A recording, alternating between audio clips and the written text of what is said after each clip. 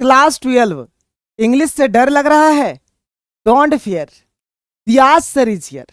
आज से तुम लोगों को इंग्लिश से प्यार हो जाएगा, एकदम सच्चा वाला प्यार हो जाएगा, जिसे तुम लोग जिंदगी में कभी भी नहीं भूलोगे। और एक बात सबसे पहले नोट कर लो, या फिर कोर्ट से एफिडेविट करवा लो, मैं उसमें सिग्नेचर कर दूंगा।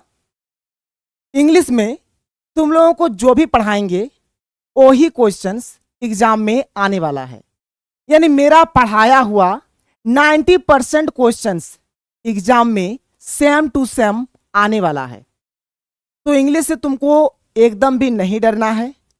बेफिक्र होके तुम लोग हर एक क्लास को करो, और रटना भी नहीं है। बहुत सारे बच्चे क्या करते हैं, इंग्लिश का नाम सुन के ही डर जाते हैं और फिर रटना शुरू करते हैं। तो भाई तुम लोगों को ना ही रटना है और ना ही टेंशन लेना है, ना ही तुम लोगों को इधर उधर का कोई वीडियो देखना है, या फिर ना ही तुम लोगों को कोई बुक्स पढ़ना है। बस तुम लोगों को जो पढ़ाने जा रहे हैं ना, बस तुम इसको खाली पढ़ लो। ना ही तुमको किताब पढ़ना है और ना ही तुमको ज़्यादा दिमाग लगाना है। बस व्यास सर ने जितना पढ़ाया है, व्यास भैया ने जितना पढ़ाया है, हमारे लिए काफ़ी है। हम तो भाई उतना ही पढ़ेंगे।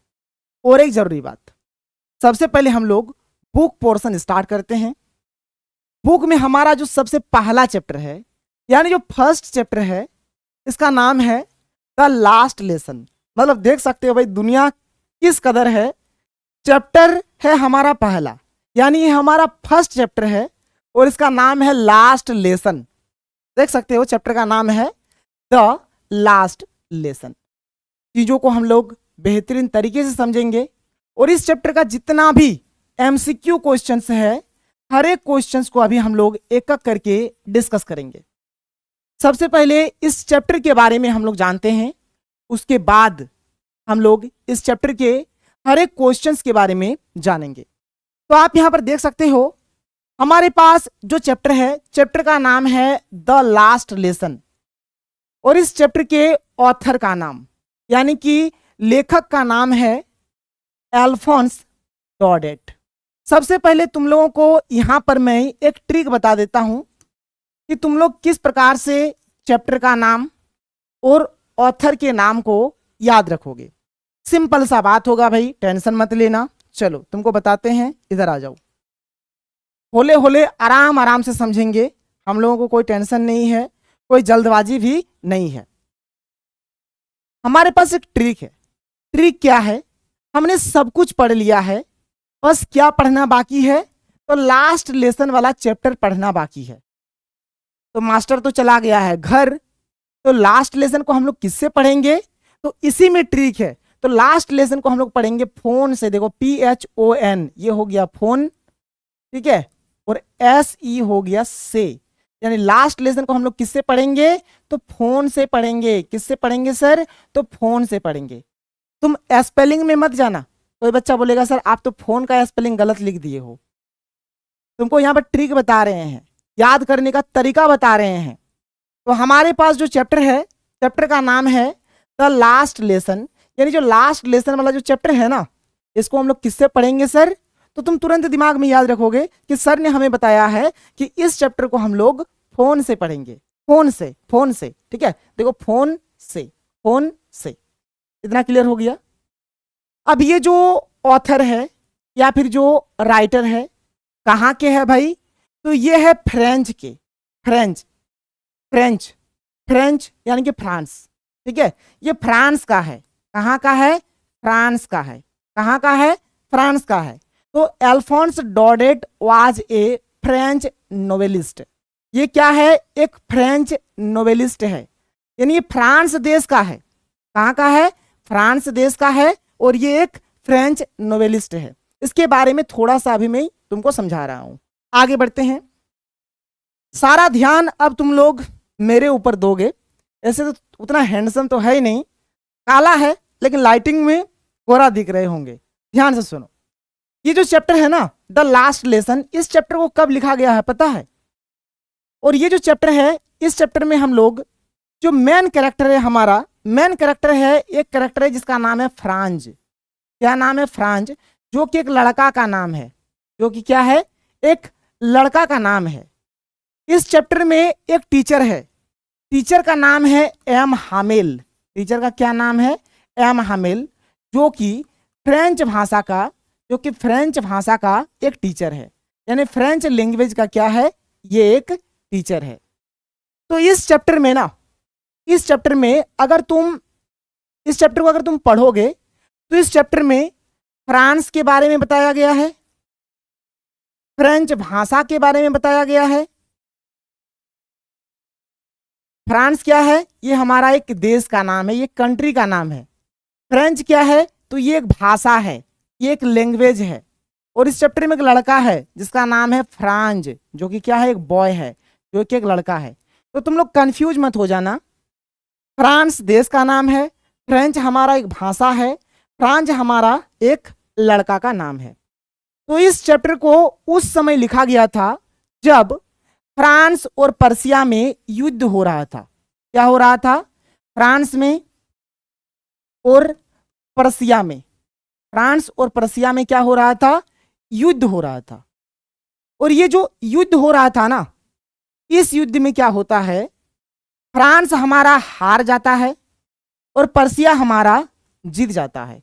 ध्यान से सुनो, मैं फिर से और एक बार तुम लोगों को समझाता हूं।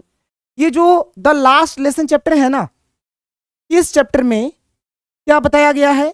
तो इस चैप्टर में बताया गया है कि जब फ्रांस और पर्सिया का युद्ध होता है तो उस समय हमारा फ्रांस हार जाता है और पर्सिया जीत जाता है।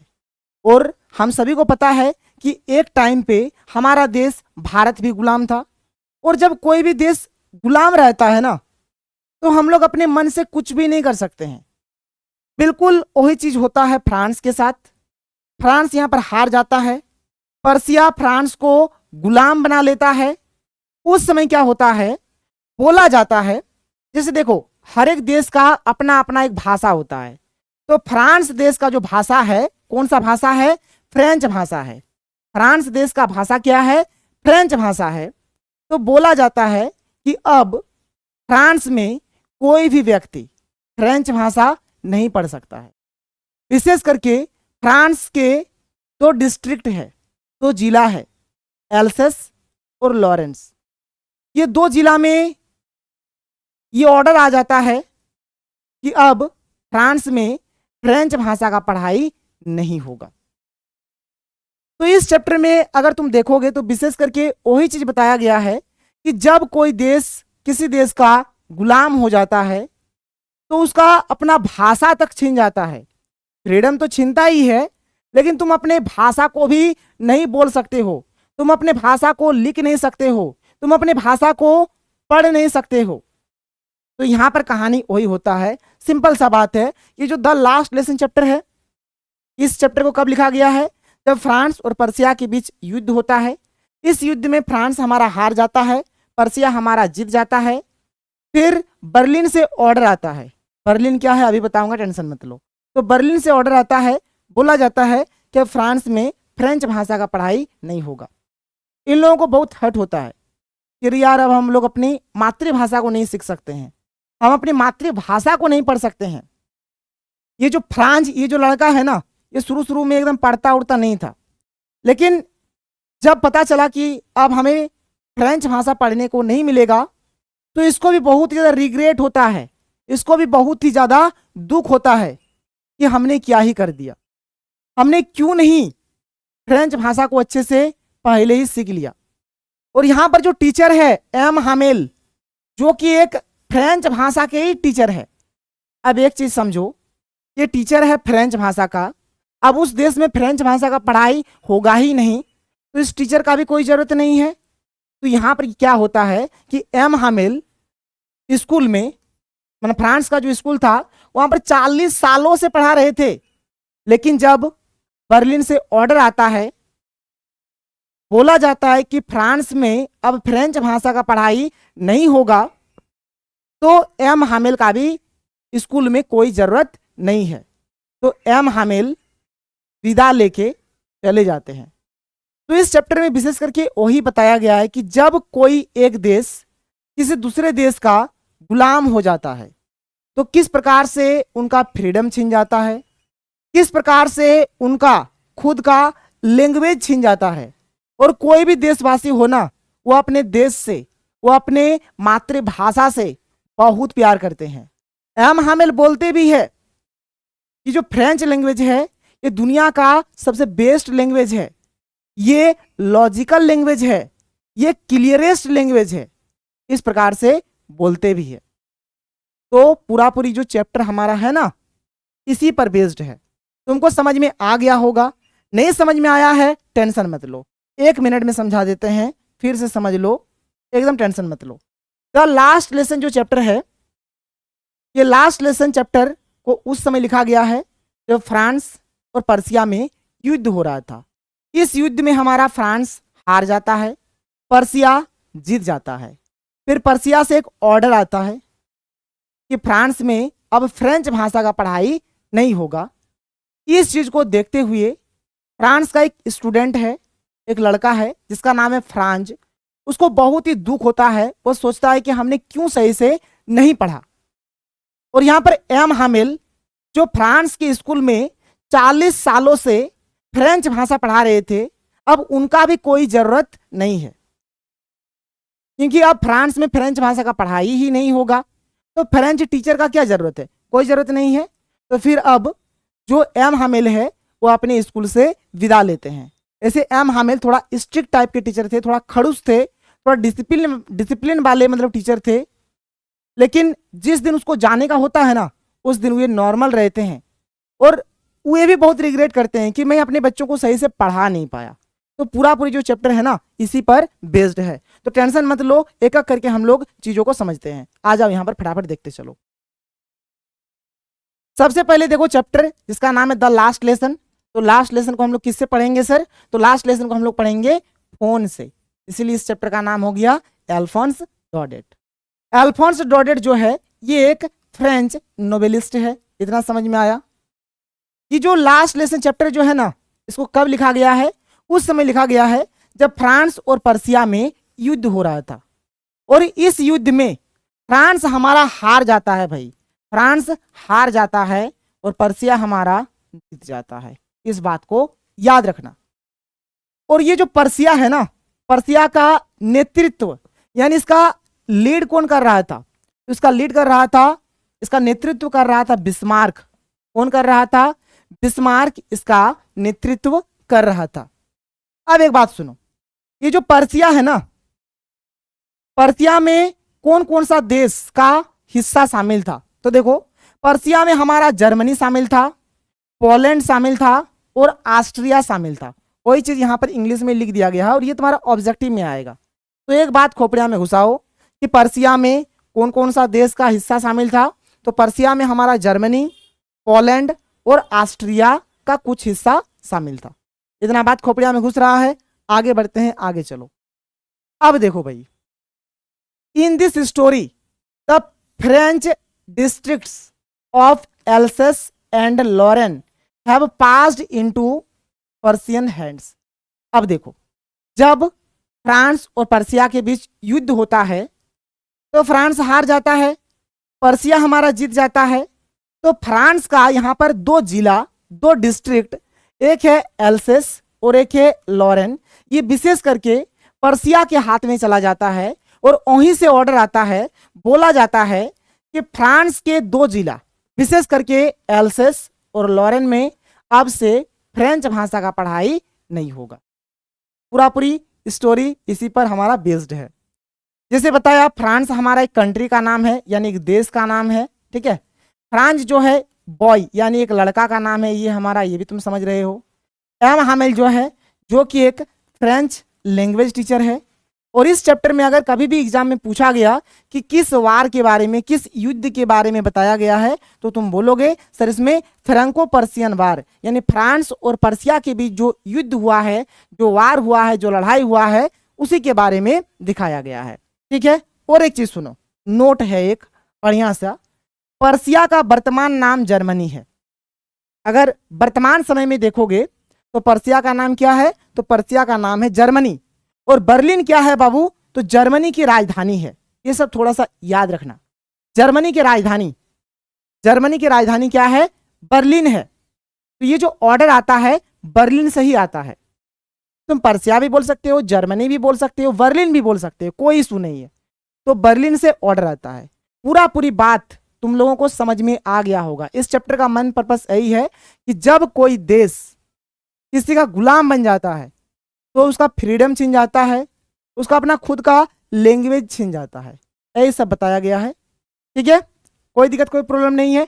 चलो अब हम लोग यहां से क्या करते हैं, ऑब्जेक्टिव क्वेश्चंस को स्टार्ट करते हैं। ठीक, हमारे पास जो सबसे पहला क्वेश्चन है तुम लोग देख सकते हो कि who is the author of the last lesson. अभी पढ़ाए। ऑथर माने होता है बाबू लेखक। ऑथर माने क्या होता है, लेखक। ऑथर के जगह पे यहां पर राइटर भी लिखा हुआ हो सकता है, कोई दिक्कत नहीं है।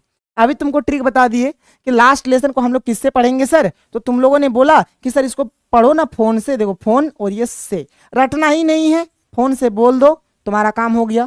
किससे पढ़ेंगे, फोन से पढ़ेंगे। किससे पढ़ेंगे, तो फोन से पढ़ेंगे। आगे बढ़ते हैं। आगे देखो अगला क्वेश्चन क्या है, Which language was taught by M Hamel in school. देखो बाबू एम हामिल जो थे ना, एम हामिल जो थे ये एक टीचर थे। एम हामिल कौन थे, तो एम हामिल एक टीचर थे। किस चीज का टीचर था ये, तो ये एक फ्रेंच भाषा का टीचर था। ये फ्रेंच भाषा का, फ्रेंच लैंग्वेज का टीचर था।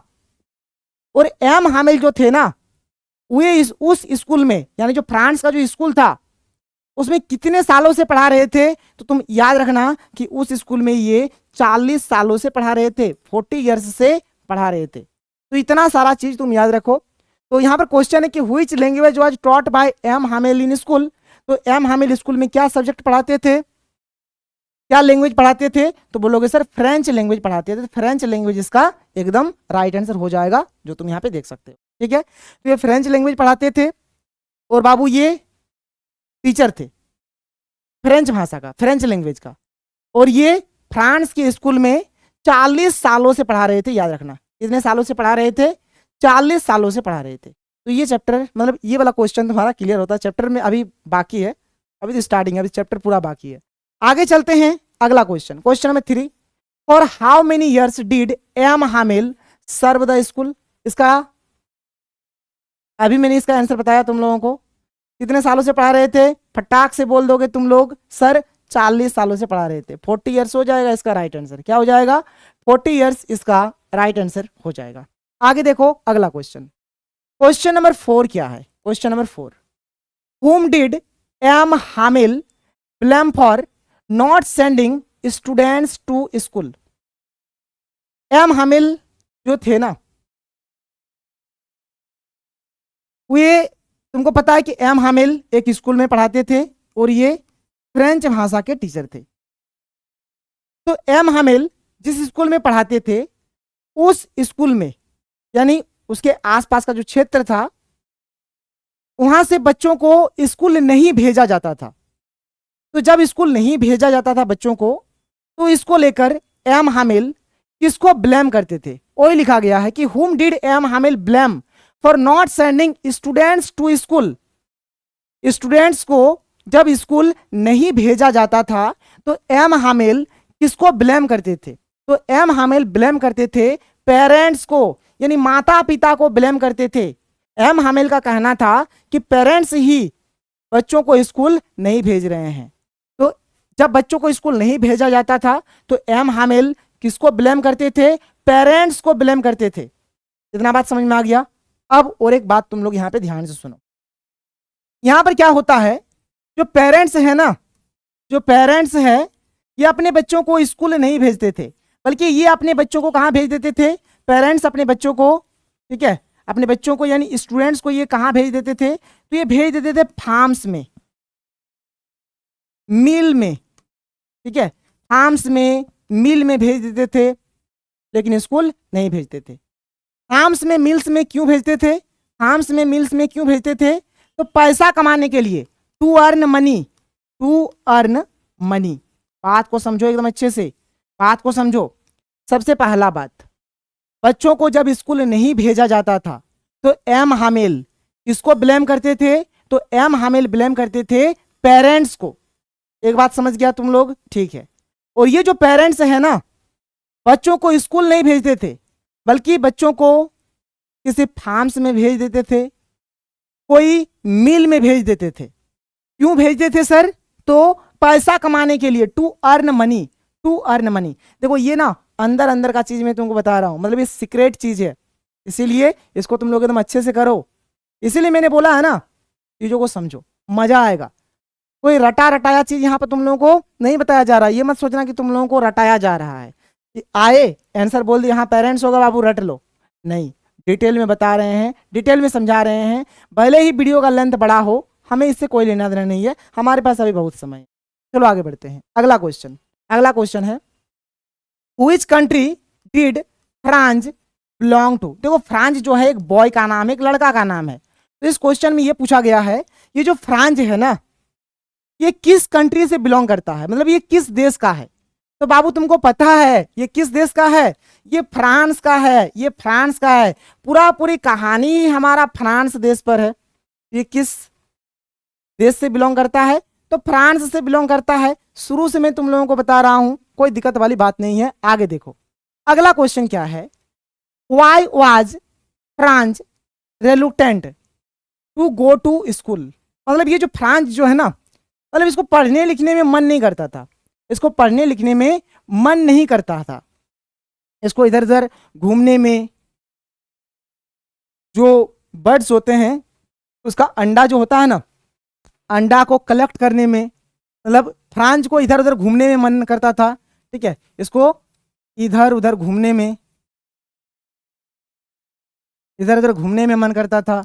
ये क्या करता था, मतलब जो भी मतलब बर्ड्स जो होता है ना, बर्ड्स का जो ईग होता है उसको ये कलेक्ट करता था।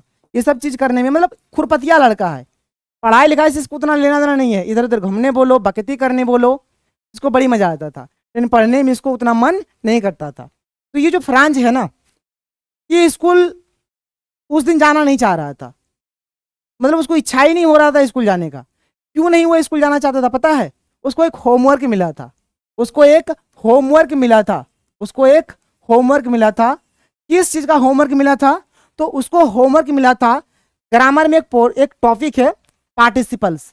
तो पार्टिसिपल्स पर इसको एक होमवर्क मिला था और इसने इस होमवर्क को पूरा ही नहीं किया था, इसलिए वह स्कूल जाना नहीं चाहता था।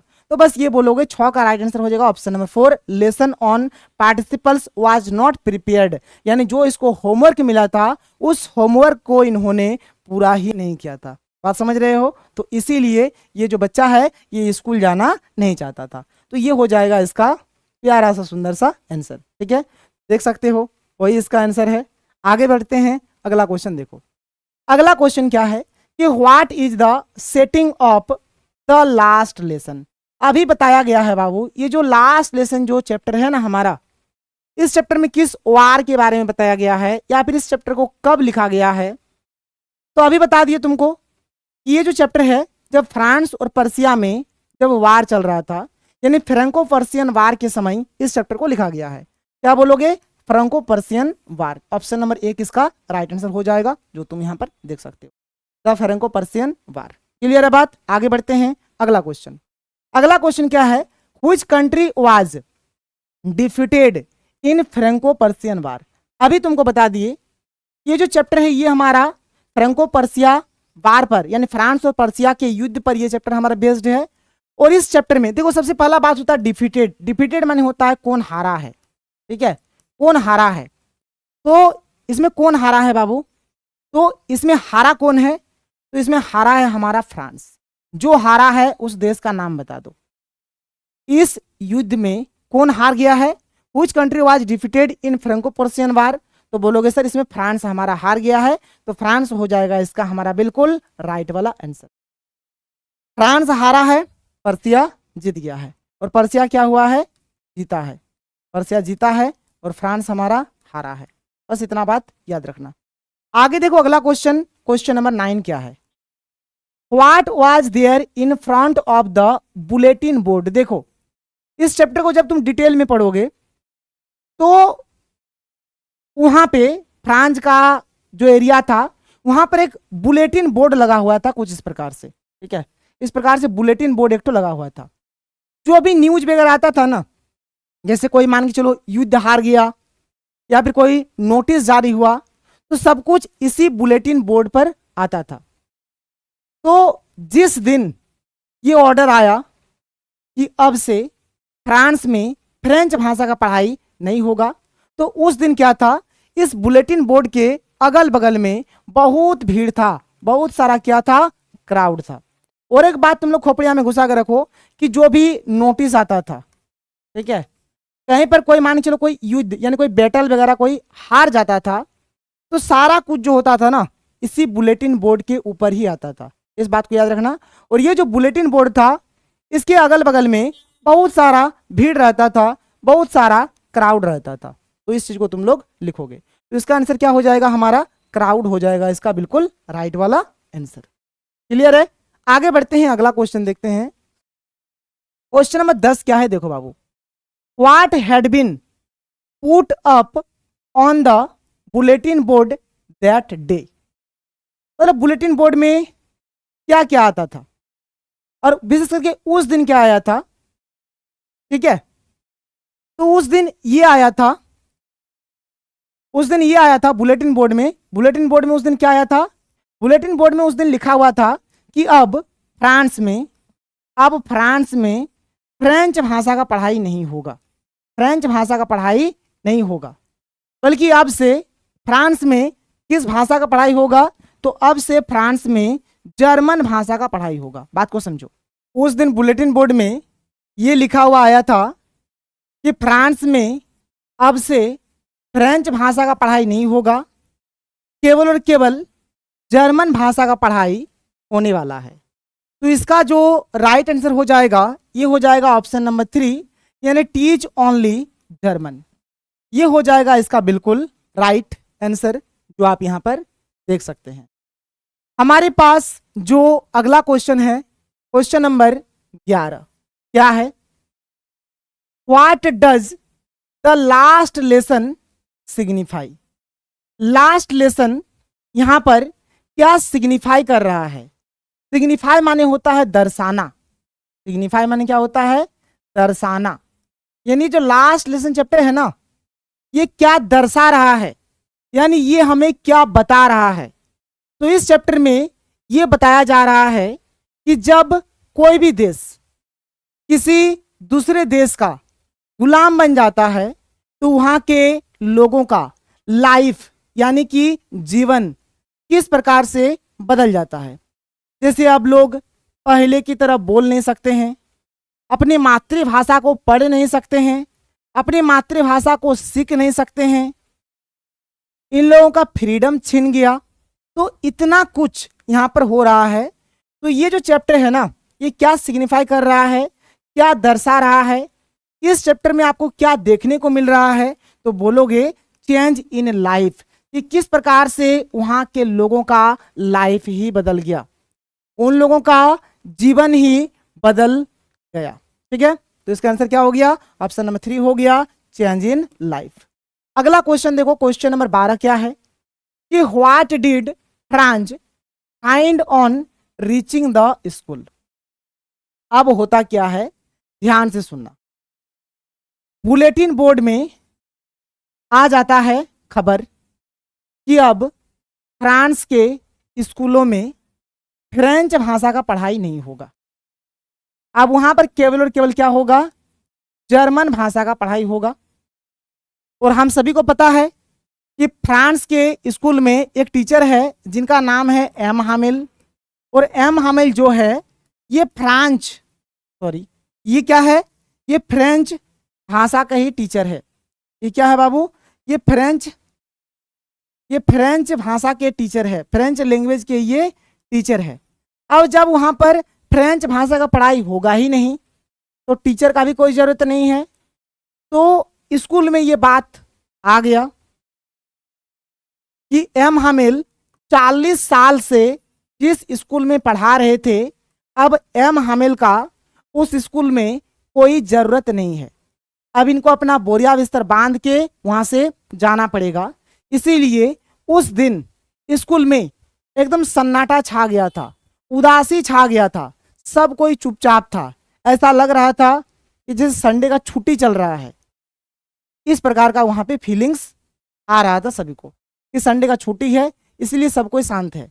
लेकिन ऐसा क्यों हुआ था? क्योंकि एम हामिल का उस स्कूल में लास्ट क्लास था, लास्ट लेसन था, इसीलिए इस चैप्टर का भी नाम क्या है? द लास्ट लेसन है।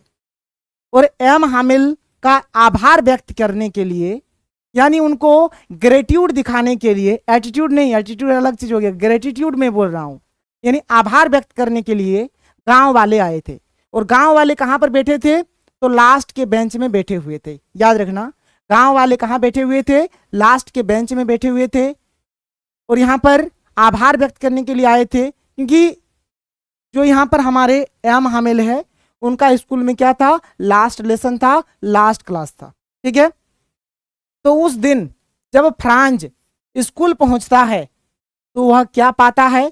तो वह ये पाता है कि चारों तरफ क्या है भाई? सन्नाटा है, क्विटनेस, स्ट्रेंज क्विटनेस, चारों तरफ साइलेंस ही साइलेंस दिख रहा है, सब कुछ स्थिर सा हो गया है, सब कुछ चुपचाप है, हल्ला गुल्ला कुछ नहीं हो रहा है।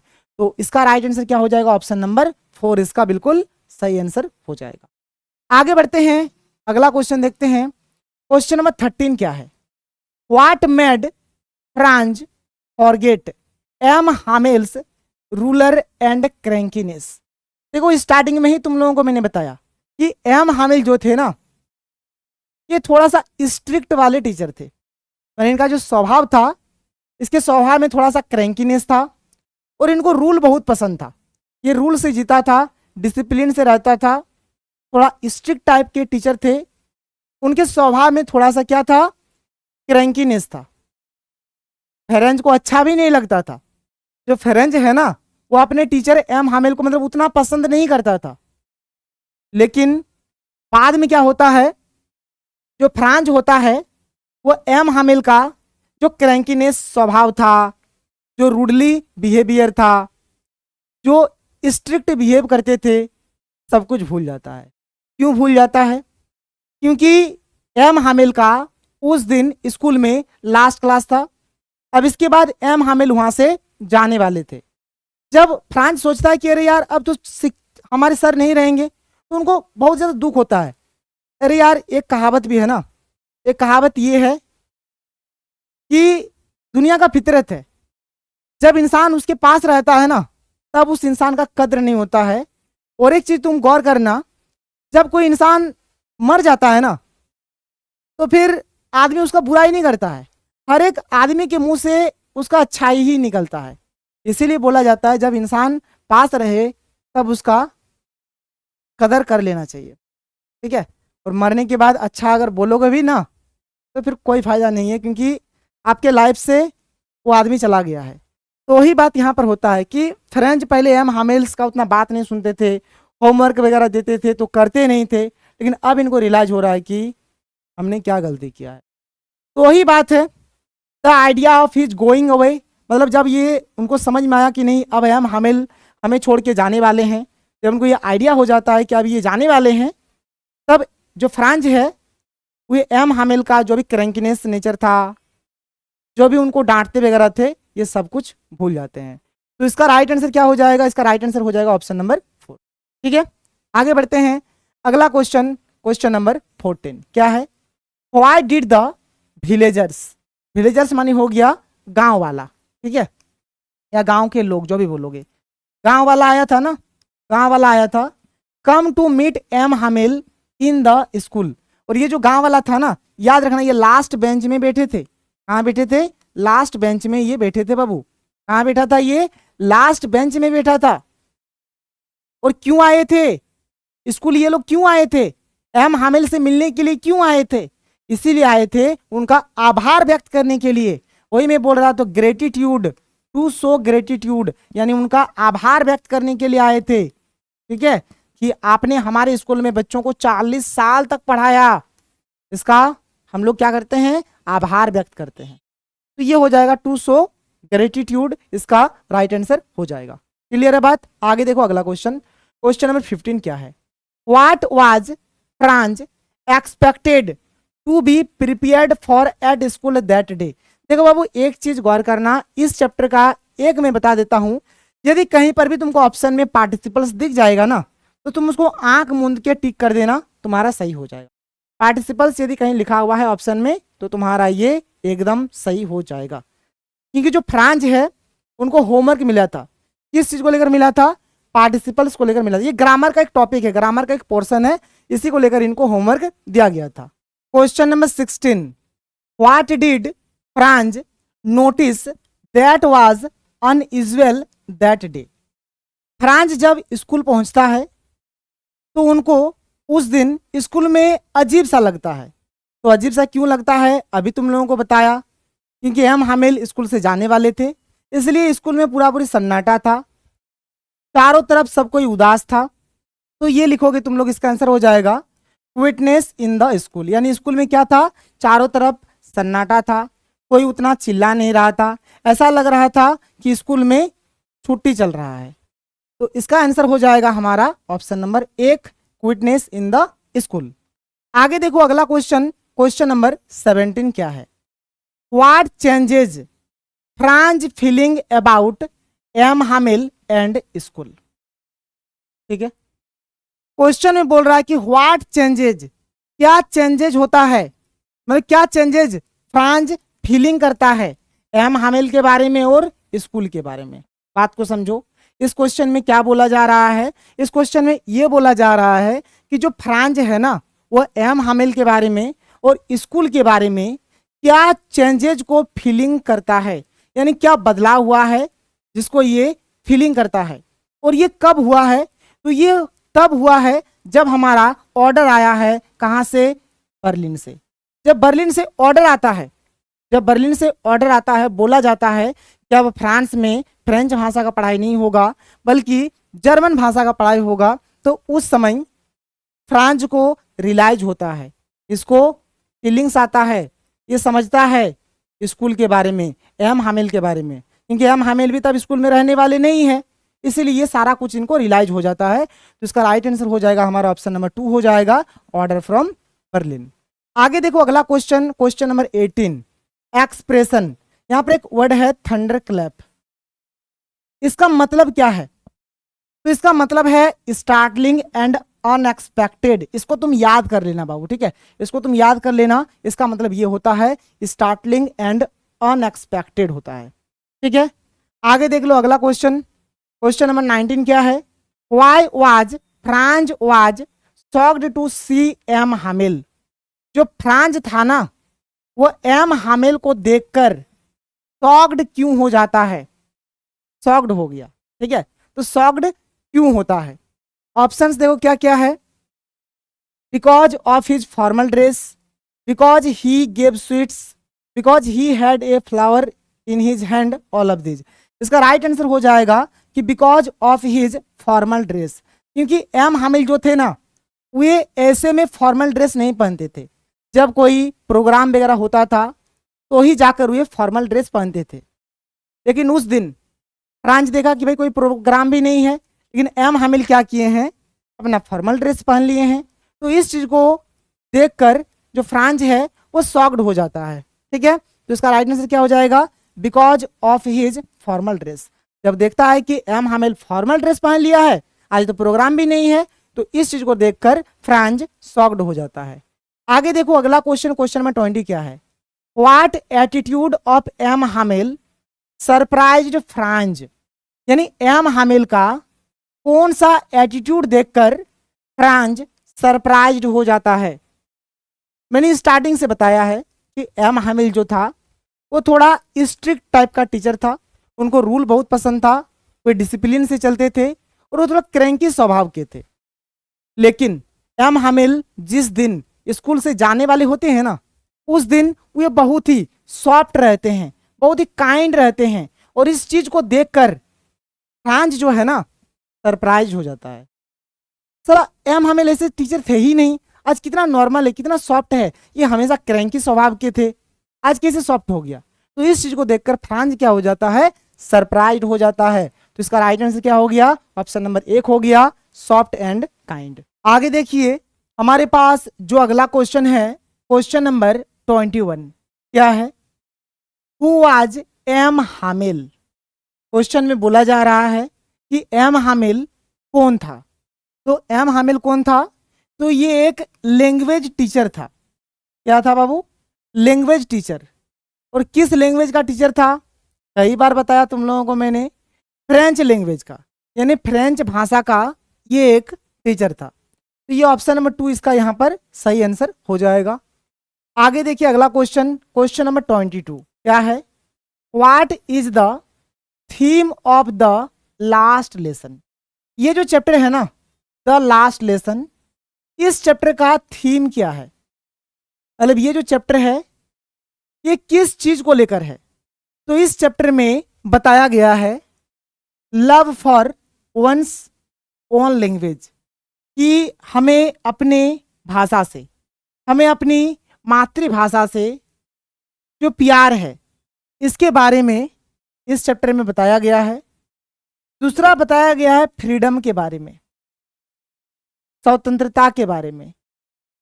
जब कोई देश किसी देश का गुलाम बन जाता है ना, तो आपका जो फ्रीडम है ये छीन जाता है, आप उसके अंडर में रहोगे, आप गुलाम हो जाओगे। और अगला जो है पेट्रियोटिज्म, यानी जो देशभक्ति होता है। तो ये तीनों चीज इस चैप्टर में हमें देखने को मिलता है। ये भी सही होगा, ये भी सही होगा, ये भी सही होगा। इसका राइट आंसर हो जाएगा option number 4, all of these इसका बिल्कुल राइट आंसर हो जाएगा। आगे देखिए हमारे पास जो अगला क्वेश्चन है, क्वेश्चन नंबर 23 क्या है? What does the marching of soldiers under the window represent. खिड़की के बाहर जब देखा जाता है तो जो सोल्जर्स है ना, ये लोग मार्चिंग कर रहे हैं, तो इससे क्या पता चलता है? तो इससे ये पता चलता है, जैसे कि हम लोग शुरू से ही पढ़ रहे हैं, ये जो चैप्टर है इस चैप्टर में फ्रांस और पर्सिया के युद्ध के बारे में, वार के बारे में बताया गया है। और यहाँ पर क्या होता है, इस युद्ध में क्या होता है, फ्रांस हमारा हार जाता है, पर्सिया हमारा जीत जाता है। तो जब फ्रांस हमारा हारता है ना, तब यहाँ पर जो सोल्जर्स है ये लोग मार्चिंग करते हैं। तो इसका जो राइट आंसर हो जाएगा, क्या हो जाएगा? ये हो जाएगा down of Persia in France. ठीक है, down of Persia in France, ये हो जाएगा इसका राइट आंसर। यानी ऑप्शन नंबर 2 इसका बिल्कुल राइट आंसर हो जाएगा। ऑप्शन नंबर 2 इसका सही आंसर होगा। आगे देखिए अगला क्वेश्चन जो हमारे पास है, क्वेश्चन नंबर 24 क्या है? What was M Hamil going to question France about. इसका आंसर आंख मूंद के बताना है बाबू। बार बार मैं बोल रहा हूं पार्टिसिपल्स, पार्टिसिपल्स यदि दिखाई दे इस चैप्टर में तो ये आंख मूंद के मार देना, सही हो जाएगा। क्वेश्चन में बोल रहा है कि what was M Hamil going to question France about. जो एम हामिल है फ्रांस से किस चीज को लेकर क्वेश्चन पूछता है, किस चीज को लेकर होमवर्क दिया था? तो ये पार्टिसिपल्स को लेकर दिया गया था। तो पार्टिसिपल्स इसका बिल्कुल हमारा राइट आंसर हो जाएगा। आगे देखो अगला क्वेश्चन, क्वेश्चन नंबर 25 क्या है? Why were the parents sending their children to the farms and mills. अभी मैंने कुछ देर पहले ही आप लोगों को बताया कि जो पेरेंट्स जो थे ना, ये जो पेरेंट्स लोग जो थे ये अपने चिल्ड्रन को, ये अपने बच्चों को, ये अपने बच्चों को स्कूल नहीं भेजते थे, अपने बच्चों को स्कूल नहीं भेजते थे। इस चीज को लेकर एम हामिल पेरेंट्स को ब्लेम करते थे। और ये पेरेंट्स लोग जो थे ना, अपने चिल्ड्रन को कहाँ भेजते थे? तो फार्म्स में भेज देते थे और मिल्स में भेज देते थे। क्यों भेजते थे भाई? ये भी चीज बताया गया है। तो टू अर्न मनी, पैसा कमाने के लिए भेजते थे, to earn money, to earn money. तो यहां पर देखो ये जो क्वेश्चन है ना, ये ऐसे दिया गया है कि जो पेरेंट्स है वे अपने चिल्ड्रन को फार्म्स और मिल्स में क्यों भेजते थे? तो बोलोगे कि सर पैसा कमाने के लिए। और इसी क्वेश्चन को यदि उल्टा करके दे दिया जाए, यदि पूछा जाए आपसे कि जो पेरेंट्स है, ठीक है, वे अपने बच्चों को पैसा कमाने के लिए कहाँ भेजते थे? तो आप बोलोगे सर फार्म्स में और मिल्स में। ठीक है, तो फार्म्स में और मिल्स में क्यों भेजा जाता था बच्चों को? तो पैसा कमाने के लिए टू अर्न मनी इसका बिल्कुल राइट आंसर हो जाएगा। आगे देखो अगला क्वेश्चन क्या है, what changes did the order from Berlin cause in school that day. वही बात बताया गया जा रहा है कि बर्लिन से जब ऑर्डर आता है तो स्कूल में उस दिन क्या देखने को मिलता है, तो चारों तरफ सन्नाटा था, उदासी था, सब कोई चुपचाप था, वो एक क्विटनेस हो जाएगा, सैडनेस हो जाएगा। ऑप्शन नंबर 4 इसका बिल्कुल हमारा राइट आंसर हो जाएगा। ठीक है, 26 का राइट आंसर हो गया ऑप्शन नंबर 4। आगे देखो अगला क्वेश्चन क्या है, what did mister Hamil bring for his class on his last day in the school.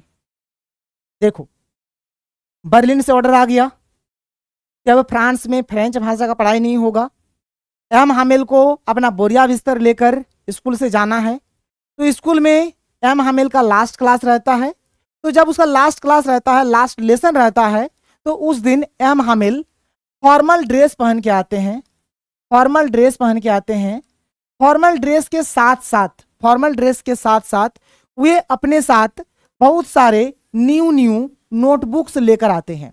तो वही क्वेश्चन में बोला गया है कि एम हामिल का स्कूल में जब लास्ट क्लास होता है, लास्ट लेसन होता है, लास्ट दिन होता है, तो उस दिन वे अपने साथ क्या लेकर आते हैं, तो बोलोगे सर न्यू नोटबुक्स लेकर आते हैं। क्या हो जाएगा इसका आंसर, न्यू नोटबुक्स। तो ये क्या लेकर आते हैं, न्यू नोटबुक्स लेकर आते हैं। अगला क्वेश्चन, क्वेश्चन नंबर 28 क्या है, what bad news used to come from the bulletin board.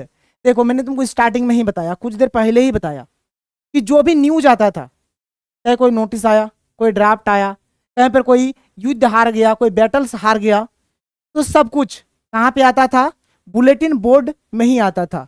और ये भी बताया कि जिस दिन बर्लिन से ऑर्डर आता है कि अब फ्रांस में फ्रेंच भाषा का पढ़ाई नहीं होगा, जर्मन भाषा का पढ़ाई होगा, उस दिन बुलेटिन बोर्ड के अगल बगल में बहुत सारा क्राउड था, बहुत सारा भीड़ था। तो क्वेश्चन यहाँ पर ये है कि बुलेटिन बोर्ड से क्या क्या न्यूज वगैरह आता था। तो देखो लॉस्ट बैटल्स, यदि कोई युद्ध हार गया तो जानकारी कहाँ से मिलेगा, इसी बुलेटिन बोर्ड से मिलेगा। द ड्राफ्ट, कोई ड्राफ्ट आए, कोई नोटिस आए, कहाँ आएगा, इसी बुलेटिन बोर्ड में आएगा। ऑर्डर्स फ्रॉम कमांडिंग ऑफिसर्स, जो भी कमांडिंग ऑफिसर्स का जो भी ऑर्डर्स वगैरह आता था, कहाँ आता था, इसी बुलेटिन बोर्ड पे आता था। यानी इसका राइट आंसर हो जाएगा ऑप्शन नंबर 4 हो जाएगा, ऑल ऑफ दीज इसका बिल्कुल राइट आंसर हो जाएगा। यानी सब कुछ जो है ना बुलेटिन बोर्ड पर ही आता था, सब कुछ कहाँ आता था, बुलेटिन बोर्ड पर ही आता था। ये हो गया इसका राइट आंसर। आगे देखो अगला क्वेश्चन क्या है, who set on the back benches of the last French class. ये भी तुम लोगों को अभी मैंने बताया कि जो गांव वाला था ना, जो गांव वाला था, गांव के जो लोग थे, वे लोग लास्ट लेसन में, मतलब एम हामिल का स्कूल में जब लास्ट क्लास था, लास्ट दिन था, उस दिन गांव वाला आया था और ये गांव वाला लास्ट बेंच पे बैठा हुआ था। अभी मैंने तुम लोगों को बताया कि ये लोग लास्ट बेंच पे, बैक बेंच पे ये लोग बैठे हुए थे। और क्यों आए थे, तो एम हामिल का आभार व्यक्त करने के लिए, टू शो ग्रेटिट्यूड, एटीट्यूड नहीं बाबू, ग्रेटिट्यूड, उनका ग्रेटिट्यूड करने के लिए, आभार व्यक्त करने के लिए आए थे। कौन आए थे, गांव वाले। तो बोलोगे द विलेज इल्डर्स। कौन आया था, गांव वाला आया था, द विलेज इल्डर्स आया था, द विलेज इल्डर्स, गांव वाला आया था। तो इसका राइट आंसर हो जाएगा ऑप्शन नंबर 3 हो जाएगा, द विलेज इल्डर्स इसका बिल्कुल राइट आंसर होगा। आगे देखो अगला क्वेश्चन, क्वेश्चन नंबर 30। ये तो आंख मूंद के बोलोगे, who is the author of last lesson.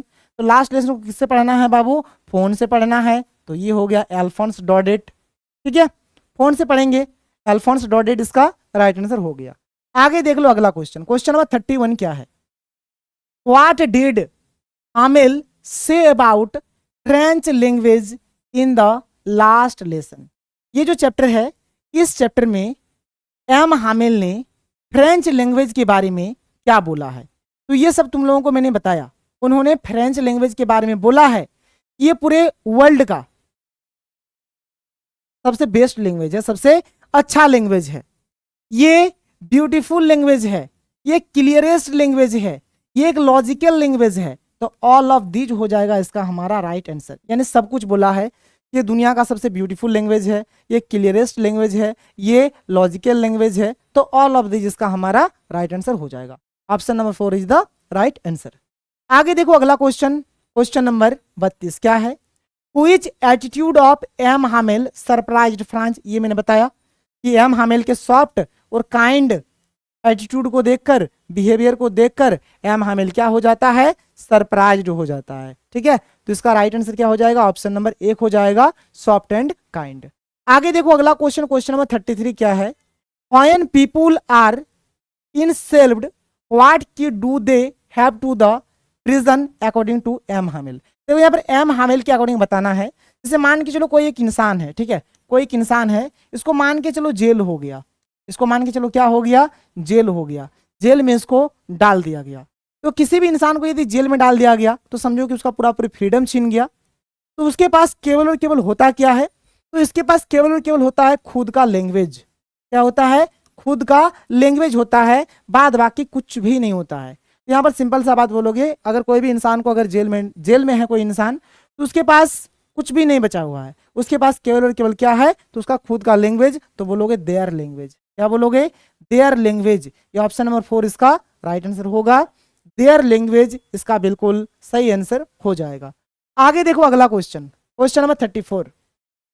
What does the last lesson symbolise? Last lesson क्या सिंबलाइज कर रहा है? तो इस चैप्टर में हमें यह देखने को मिलता है कि किस प्रकार से हमारा लैंग्वेज चला गया, किस प्रकार से हमारा फ्रीडम चला गया। तो ऑप्शन नंबर 4 इसका राइट आंसर हो जाएगा, loss of language and freedom. Loss of language and freedom is the right answer. 34 का सही उत्तर क्या हो जाएगा? ऑप्शन नंबर 4 हो जाएगा, loss of language and freedom इसका सही आंसर होगा। आगे देखो अगला क्वेश्चन क्या है? Question number 35। Why was France feeling regretful and sad? जो फ्रांस है ना, वो बहुत ही सैड फील करता है, वो रिग्रेटफुल फील करता है। रिग्रेटफुल माने होता है खेद, कोई भी चीज को लेकर खेद। ठीक है, जैसे क्या होता है, मान चलो आपने पढ़ाई नहीं किया, एग्जाम आपका आ गया एकदम बहुत सामने, आप सोचोगे अरे यार काहे हम नहीं पढ़े, आप रिग्रेट करोगे उस चीज को लेके, आप पछताओगे। रिग्रेट माने होता पछताना। तो क्यों पछता रहा था और यह क्यों उदास था? तो इसीलिए ये उदास था, इसीलिए ये पछता रहा था क्योंकि अब ये अपने मातृभाषा को नहीं सीख सकता है, अपने मातृभाषा को लर्न नहीं कर पाएगा। और not learning his mother tongue, जो उनका मातृभाषा है, जो फ्रेंच लैंग्वेज है, वो अब अपने फ्रेंच लैंग्वेज को पढ़ नहीं पाएगा, सीख नहीं पाएगा, इसीलिए वह उदास भी है और रिग्रेट भी फील कर रहा है। तो 35 का राइट आंसर हो जाएगा ऑप्शन नंबर 4। आगे देख लो अगला question, question number 36। Wire did the parents send their children? अभी मैंने बताया कि जो पेरेंट्स थे वे अपने बच्चों को कहाँ भेजते थे? तो अपने बच्चों को ये भेजते थे फार्म्स में और मिल्स में। ये हो जाएगा इसका आंसर। क्या हो जाएगा? Farms and mills. क्या हो जाएगा? फार्म्स एंड मिल्स इसका राइट आंसर होगा। ठीक है, फार्म्स एंड मिल्स इसका सही उत्तर हो गया। आगे देख लो अगला question, question number 37। France looked for opportunities to skip school to do what? क्या हो जाएगा? स्टार्टिंग में ही तुमको बता दी कि फ्रांस को पढ़ने लिखने से उतना लेना देना नहीं था, ये बंक मारने के लिए आगे रहता था। और ये क्या करता था? ये जो चिड़िया का जो अंडा होता है ना, इसको कलेक्ट करता था। कलेक्ट बर्ड्स एग्स हो जाएगा। ठीक है, ऑप्शन नंबर 2 इसका बिल्कुल राइट आंसर होगा। आगे चलो अगला question. Why did Hamel blame himself? जो एम हामेल थे वो खुद को ब्लेम क्यों करते थे? तो खुद को इसीलिए ब्लेम करते थे, ठीक है, इसीलिए ब्लेम करते थे कि giving students a holiday at times, माने जब भी पढ़ने का समय रहता था तो बच्चों को हॉलीडे मिल जाता था, बच्चे को छुट्टी मिल जाता था। इसीलिए बच्चा लोग जो था ना, फ्रेंच लैंग्वेज को सीख नहीं पाया और लास्ट में क्या हुआ? बर्लिन से ऑर्डर आ गया कि अब फ्रांस में फ्रेंच भाषा का पढ़ाई नहीं होगा। तो 38 का राइट आंसर क्या होगा? ऑप्शन नंबर 3 होगा, giving students a holiday at times. मैंने बच्चों को ज्यादा से ज्यादा हॉलीडे दिया गया, जिस वजह से वह फ्रेंच भाषा सीख नहीं पाया। आगे देखो अगला क्या है। Who set on the back bench on the last lesson? Last lesson में बैक बेंच में यानी पीछे के बेंच में कौन बैठा हुआ था? तो द विलेज पीपुल। ये एक बार नहीं, ये वाला लेके 3 बार बता दिए। ठीक है, 3 बार बताए ये वाला का आंसर। अगला क्वेश्चन, क्वेश्चन नंबर 40 क्या है? For the last 2 years where did all the bad news come from. पिछले 2 सालों के भीतर जो भी बैड न्यूज आता था कहाँ से आता था? तो सारा का सारा बैड न्यूज आता था हमारा बुलेटिन बोर्ड से। कहाँ से आता था बाबू? बुलेटिन बोर्ड से आता था। तो बोलोगे द बुलेटिन बोर्ड, क्या हो जाएगा इसका आंसर? द बुलेटिन बोर्ड इसका बिल्कुल सही आंसर होगा। अगला क्वेश्चन, क्वेश्चन नंबर 41 क्या है? Why was Franz surprised? Franz क्यों सरप्राइज हो जाता है? इसीलिए सरप्राइज हो जाता है क्योंकि जब एम हामिल का स्कूल में लास्ट डे होता है ना, तो देखता है कि एम हामिल बहुत ही काइंड बिहेव कर रहे हैं, बहुत ही पोलाइट बिहेव कर रहे हैं, इसीलिए ये सरप्राइज हो जाते हैं। तो इसका आंसर हो जाएगा option number 4, because of M Hamil's kind and polite behaviour. 41 का राइट आंसर क्या हो गया? ऑप्शन नंबर 4 हो गया। आगे देखो अगला क्वेश्चन। अगला question, question number 42। The story the last lesson highlights which human tendency. ये जो चैप्टर है द लास्ट लेसन, इस चैप्टर में ह्यूमन के यानी कि मनुष्य के, हम सभी इंसान के किस टेंडेंसी के बारे में बताया है। तो इस चैप्टर में या फिर रियलिटी में अगर आप देखोगे ना तो यही होता है। हम लोग हर एक चीज को टालते चले जाते हैं। बात आया पढ़ने का, छोड़ो ना यार, आज नहीं पढ़ते हैं, बहुत समय है, कल पढ़ते हैं, परसों पढ़ते हैं। और हम सभी को पता है कल कभी आता नहीं है, लेकिन हम लोग टालेंगे कि आज नहीं पढ़ना है, कल पढ़ते हैं ना, अभी बहुत समय है, 5 दिन बाद पढ़ते हैं ना, सर ने तो वीडियो दे दिया है बाद में देखते हैं ना। तो ये टालने का प्रवृत्ति होता है। टालने का हम सभी में क्या होता है? टेंडेंसी होता है। तो काम को जानबूझकर टालना, ये जो ह्यूमन टेंडेंसी है, इसी चीज के बारे में इस चैप्टर में बताया गया है। और तुम लोग एक बार जरूर बताना मुझे कि तुम लोग ये चीज करते हो या नहीं करते हो। तुम लोग क्या, दुनिया में कोई भी इंसान जो भी है ना, सब कोई यही करता है। सब कोई काम को टालते चला जाता है, आज नहीं करेंगे, कल करेंगे, कल नहीं करेंगे, परसों करेंगे। तो इस प्रकार से होता है। तो इसका जो राइट आंसर हो जाएगा, क्या हो जाएगा? ऑप्शन नंबर 1 हो जाएगा, प्रोक्रस्टिनेशन। ठीक है, ऑप्शन नंबर 1 इसका राइट आंसर हो जाएगा। इसका मतलब ही होता है किसी भी काम को जानबूझकर टालना या फिर उस चीज को लेकर लेट करना। इस चैप्टर में भी क्या हुआ? वही हुआ। जब फ्रेंच लैंग्वेज पढ़ने का समय था तब किसी ने नहीं पढ़ा, टाल दिया, आज पढ़ेंगे, कल पढ़ेंगे, बाद में पढ़ेंगे। लेकिन बाद में बाद ही हो जाता है। ऑर्डर आ गया कि अब फ्रेंच भाषा का पढ़ाई ही नहीं होगा, तो बच्चा अलग घंटा पढ़ पाएगा। तो वही बात यहाँ पे होता है। तो इसका राइट आंसर ऑप्शन नंबर 1 हो गया। और ये जो चैप्टर है ना, द लास्ट लेसन, बस इस चैप्टर से तुम इतना कर लो, काफ़ी है। इससे बाहर एग्जाम में क्वेश्चंस नहीं जाएगा। तो ये चैप्टर हमारा खत्म हो जाता है। अगला चैप्टर हमारा शुरू होगा, चैप्टर नंबर 2, इसका नाम है लॉस्ट स्प्रिंग। और इस चैप्टर के ऑथर का नाम है अनिस जंग। तो इसको हम लोग अगले वीडियो में करेंगे। तो आज के लिए इतना ही, मिलते हैं हम लोग अगले क्लास में। सभी को थैंक यू, जय हिंद।